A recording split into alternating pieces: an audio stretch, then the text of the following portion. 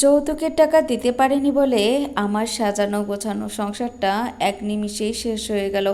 কখনোই ভাবিনি এই সংসারটা ছেড়ে আমাকে চলে যেতে হবে। একটু একটু করে সব কিছু করেছিলাম এই সংসারের জন্য, কিন্তু সব কিছু ছেড়ে শুধুমাত্র যৌতুকের টাকা আমার বাবা দিতে পারেনি বলে এই সংসারটা আমাকে ছাড়তে হলো। আমাদের বিয়েটা হয়েছিল পারিবারিকভাবেই। এই বিয়েটা আমার বাবাই দিয়েছিল। আমার বাবা নিজে প্রস্তাব দিয়েছিল। আমার স্বামীরা অনেক বড়লোক, তাদের অনেক টাকা আছে, শহরে বাড়ি আছে, গাড়ি আছে। আমার বাবার ইচ্ছে ছিল আমি যেহেতু আমার বাবার একমাত্র মেয়ে, আমাকে এমন একটা জায়গায় বিয়ে দিবে যেন আমি সব সময় রাজরানীর মতো থাকি, কোনো কিছুরই অভাব না থাকে। আমার বাবা এটাই মনে করতো। যদি আমার যতটুকু সম্পদ আছে, আমার চাকরি, আমার পেনশন সব কিছু দিয়ে হলেও আমার মেয়েটাকে আমি একটা ভালো জায়গায় বিয়ে দেব। আমার স্বামীর বাবা আমার বাবার দুঃসম্পর্কের আত্মীয়, সেই সুবাদে আমার বাবাও তাদেরকে চেনে। তো আমার বাবা আমার জন্য তাদের কাছে বিয়ের প্রস্তাব জানিয়েছিল, তো তারাও রাজি হয়ে গিয়েছিল। কিন্তু তাদের অনেক ডিমান্ড ছিল। তার ছেলেকে একটা 5 লাখ টাকার বাইক দিতে হবে, তাদের ক্যাশ 15 লক্ষ টাকা দিতে হবে, তাহলে তারাই এই বিয়েতে রাজি। তো আমার বাবা শুনে অনেকটা অবাকে হয়ে গিয়েছিল। তারপরেও আমার ভালোর কথা চিন্তা করে আমি যাতে ভালো থাকি, সব কিছুই হাতের কাছে পাই, কোনো কিছুরই যাতে আমার অভাব না হয়, এই কথাটা চিন্তা করে আমার বাবা তাতেও রাজি হয়েছিল। আমার বাবা ভেবেছিল আমার বাবা যদি না থাকে আমি যেন তারপরেও রাজরানীর মতো এই দুনিয়াতে থাকি। তো যেই কথা সেই কাজ, আমার বাবা যতটুকু জমি ছিল সবটুকুই বিক্রি করে দিয়েছিল, শুধু ধান চাষ করার জন্য একটা জমি রেখেছিল। আমার একটা ছোট্ট ভাইও আছে।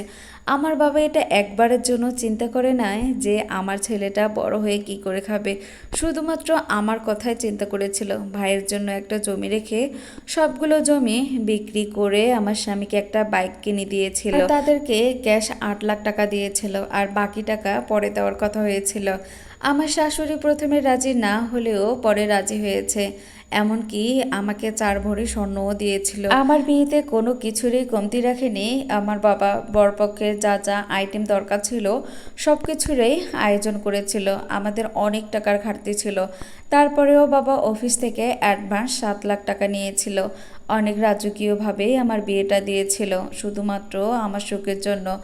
তো বিয়ে তো হয়ে গেল, আমিও চলে আসলাম শহরে। বিয়ের পর 2-3 মাস ভালোই চলছিল, তারপর থেকে শাশুড়ি শুরু করলো যে তোমার বাবার থেকে না আরও টাকা পাই। তোমার বাবাকে এই কথাটা ভুলে গেছে, মেয়েকে সুখে দেখে তো তোমার বাবা দিব্যি দিন কাটাচ্ছে। তোমার বাবাকে মাঝে মাঝে ফোন দিয়ে বলিও যে আমাদের যে পাওনা টাকাটা সেটা দিবে কিনা, আর যদি তোমার বাবা দিতে না চায় তাহলে তুমি তোমার বাবার মেয়ে ওইখানে চলে যেও। এখন আমিও বলতাম ঠিক আছে মা, বাবাকে আজকেই ফোন করে বলবো, কিন্তু আর ফোন করে বলা হয় না।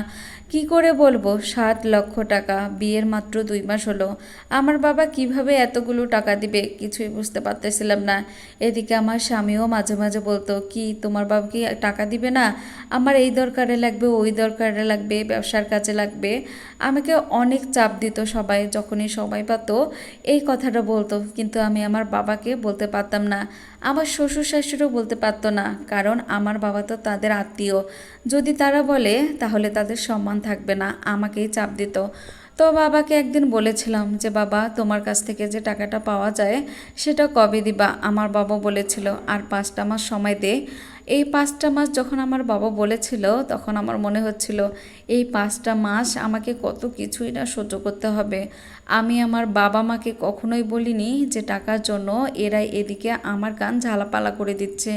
তো আমিও চুপচাপ সংসার করেছিলাম। শ্বশুর বাড়িতে যে আমাকে কাজ করতে হয় এমনটাও কিন্তু না, ওদের বাড়িতে 2টা কাজের লোক থাকে, কাজ করা বা খাওয়া নিয়ে তারা আমাকে কোনো কিছুই বলে না। কিন্তু আমি যে গরিব ঘরের মেয়ে এটা তারা মেনে নিতে পারে না। ওই বাড়ির কেউ আমাকে বিন্দু পরিমাণও মূল্য দেয় না।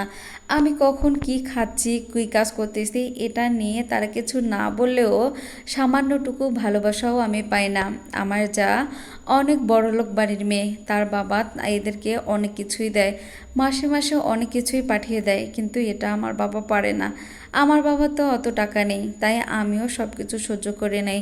আমার সামনে আমার শাশুড়ি আমার যাকে অনেক ভালোবাসে, অনেক কিছু এনে দেয়, কিন্তু আমাকে দেয় না। এটা নিয়ে আমি কখনোই কোনো আফসোস করি না। তবে স্বামী যদি ভালো হতো তাহলে কোনো কষ্টই মনে হয় কষ্ট মনে হতো না। কিন্তু আমার স্বামীও হচ্ছে মা ভক্ত, মা যেটাই বলে সেটাই করে। টাকার কথা নিয়ে আমার শাশুড়ি প্রায় সময় ঝগড়া লাগিয়ে দেয়, আর এটা নিয়ে আমার স্বামী আমাকে অনেক মারে। তারপরেও বাবাকে কিছু বলি না। এর মধ্যে বাবা আরও 2 লাখ টাকা দিয়েছে। এটা আমার শাশুড়ি নিতে চাচ্ছিল না। আমার শাশুড়ি একবারে 7 লাখ টাকা নেবে। আমার বাবা এমনকি তাদের পায়ে ধরার মতো এইভাবে তাদেরকে 2 লাখ টাকা দিয়ে বলেছিল আর 3 মাসের মধ্যেই বাকি টাকাটা দিয়ে দিবে। তো সেদিন বাবা যাওয়ার পথে রোড অ্যাক্সিডেন্ট করে। বাবার 2টা পায়েই এমনভাবে ভেঙে গিয়েছিল যে বাবা আর দাঁড়াতে পারতেছিল না। আমার বাবাই একাই সংসার চালাতো, সব কিছু দেখতো। আমার ভাইটাও তো ছোট। বাবা অ্যাক্সিডেন্ট করার পর আমার পরিবারটা একেবারেই ধ্বংস হয়ে যায়। মা কি করবে, যতটুকু আশেপাশে জমি ছিল সবগুলো বিক্রি করে আমার বাবা চিকিৎসা করেছিল। হাসপাতাল থেকে বাসা, বাসা থেকে হাসপাতাল, অনেক টাকায় খরচ হয়ে গিয়েছিল। বাবা যতটুকু আর 2 লাখ টাকা পেনশন ছিল ওই টাকাটাও তুলে বাবার চিকিৎসা করেছিল। তারপরেও আমার বাবা ভালো করে হাঁটতে পারতেছিল না। মাই বা ছোট্ট ভাইটাকে নিয়ে কি করবে, কোনো মতনই সংসার চালাতো। আমিও 1 টাকা পর্যন্তও দিতে পারিনি। একবার কেঁদে কেঁদে আমার স্বামীকে বলেছিলাম আমাকে 1,000 টাকা দাও, বাবার হাতে দিয়ে আসবো। কিন্তু স্বামী বলল তোমার বাবার কাছ থেকে যেই টাকাটা পাই সেটা আগে এনে দাও, তারপরে টাকা নিও। শুধুমাত্র 500 টাকা নিয়ে এসেছিলাম বাবাকে দেখতে, কী বা করব। সাথে কয়েকটা ফলমূল নিয়ে গেছিলাম, তার বাইরে হাতে 1 টাকাও দিতে পারেনি। যাওয়ার সময় আমিই গিয়েছিলাম। আমার স্বামী একবারের জন্য আমার বাবাকে দেখতে যায়নি, এমনকি ফোন করে জিজ্ঞাসাও করেনি যে আমার বাবা কেমন আছে। এদিকে তো আমার বাবা অসুস্থ, সংসারে চলতেছে না। তারপর ওরা আবার শুরু করে দিয়েছিল সেই যৌতুকের টাকার কথাটা। এইবার আমার স্বামী এতটাই পাগল হয়ে গিয়েছিল টাকার জন্য যে আমাকে অনেক মেরেছিল। তারপরেও অনেক সহ্য করেছিলাম। এদিকে শ্বশুর শাশুড়ি সবাই এই টাকা টাকা টাকা করে যেন আমার মাথাটা খেয়ে নিচ্ছিল। কি বলবো, খেতে বসলেও বলে, উঠতে বসতে সব সময় টাকা, তোমার বাবার কাছ থেকে টাকা নিয়ে আসো। তারা তো একবারের জন্যও চোখে দেখতে পাচ্ছিল না যে আমার বাবা এখন ঠিকমতো হাঁটতেই পারে না, ঠিকমতো 3বার খায়ও না। তাদেরকে কিভাবে আমি টাকার কথা বলবো, আর তারা দিবেই বা কিভাবে। বিয়ের 1 বছর হতে চললো, এই একটা বছর টাকা টাকা করে আমাকে পাগল বানিয়ে দিচ্ছিল তারা। আমার শাশুড়ি তো উঠতে বসতে সব সময় এই টাকা নিয়ে আমাকে অনেক খোঁটা দিয়েছিল যে গরিবের মেয়ের ফক্কর বেশি।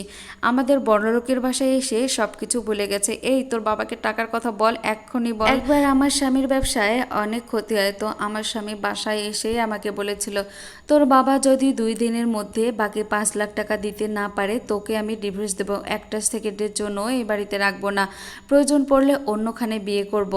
তো আমি বলেছিলাম ঠিক আছে, আমি বাবার সঙ্গে কথা বলবো, কিন্তু বলবোই বা কিভাবে, এটা আমার মুখ দিয়ে বেরোই হবে না। একদিন পার হয়ে গেল, তখন দিন না রাত কি যাচ্ছে কিছুই টের পাচ্ছিলাম না। সবাইরে কথা শুনতে শুনতে আমি শেষ।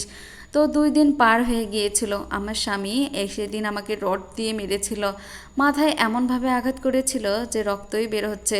তো আমার স্বামীকে আমি তখনও বলেছিলাম যে আমার বাবা তোমাকে 1 টাকাও দিতে পারবে না, তুমি আমাকে যদি না রাখো আমি এখানে থাকবো না। তো আমার স্বামী তখন আমাকে চুল ধরে বাইরে বের করে দিয়েছিল।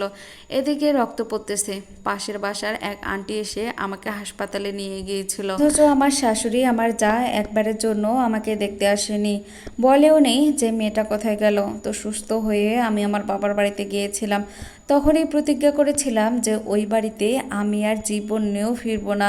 আমার কোনো প্রয়োজন নেই, যেখানে টাকায় সব কিছু, একটা মানুষের জীবনের কোনো মূল্য নেই, সেখানে আমি আর যাব না। হাসপাতাল থেকে বাবার বাড়িতে গিয়েছিলাম, আমাকে দেখেই তো মা কেঁদে ফেলেছিল। মাথায় ব্যান্ডেজ, শরীরেও অনেক মারের দাগ। বাবাকেও সব কিছু বললাম।